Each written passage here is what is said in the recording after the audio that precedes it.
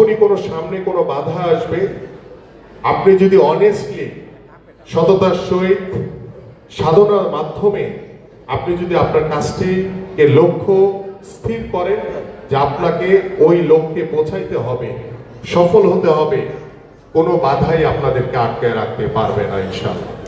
আর আমি নিজেকে দিয়ে দেখেছি, যখনই আমি কোনো ইনজুরিতে পড়েছি, অনেকেই বলেছে যে আমিনুল আর খেলতে পারবে না। আমাকে দেখে অনেকে চোখের পানি ফেলেছে, যেরকম বাঁকা হয়ে গিয়েছিলাম যখন আমার কোমরের সমস্যা ছিল। কিন্তু আল্লাহর রহমত, বাবা মার দোয়ায়, সকলে অক্লান্ত চেষ্টায় পরিশ্রমে আমি আবার নিজেকে ঘুরে দাঁড়িয়েছি এবং আল্লাহর রহমতে সেই দীর্ঘ ইনজুরি কাটিয়ে আমি সবসময় বাংলাদেশ দলের নেতৃত্ব দেওয়ার চেষ্টা করেছি। এবং আপনাদের উদ্দেশ্যে কথাটি বলার উদ্দেশ্য হচ্ছে যে আপনারাও চলার পথে ভালো কিছু লক্ষ্য স্থির করেন, যে আপনি কোথায় নিজেকে দেখতে চান।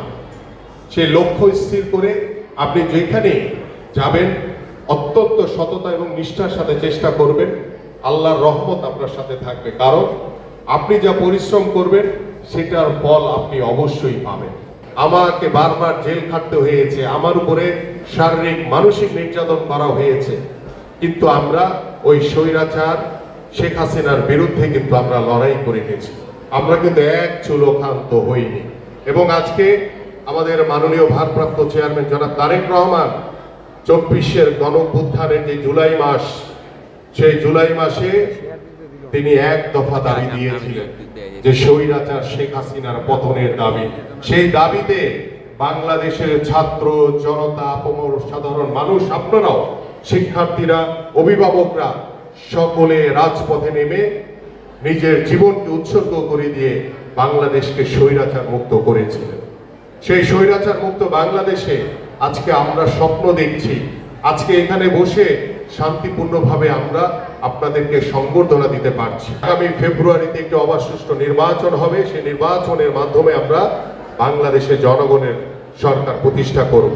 এবং আমি ছোট্ট করে একটি লাইন বলতে চাই যে আল্লাহ পাক যদি আগামী ফেব্রুয়ারি নির্বাচনে বাংলাদেশ জাতীয়তাবাদী দল বিএনপিকে নির্বাচিত করে, আমি খুব দৃঢ়ভাবে বলতে পারি আমাদের মাননীয় ভারপ্রাপ্ত চেয়ারম্যান জনাব তারেক রহমান ইতিমধ্যে বাংলাদেশের রাষ্ট্র কাঠামো মেরামতের যে 31 দফার পরিকল্পনা দিয়েছেন, সেখানে শিক্ষা ব্যবস্থাকে নিয়ে তিনি আমূল পরিবর্তনের কথা বলেছেন। আমি ছোট্ট একটি এক্সাম্পল দিব। তিনি বলেছেন যে প্রত্যেকটি স্কুলে খেলাধুলাকে বাধ্যতামূলক করা হবে, প্রত্যেকটি স্কুল কলেজে বাংলা ইংলিশের পাশাপাশি তৃতীয় একটি ভাষাকে বাধ্যতামূলক করা হবে। সেটা আরবিক হতে পারে, স্প্যানিশ হতে পারে, জার্মান হতে পারে, যে যেটা নিয়ে পড়তে চান।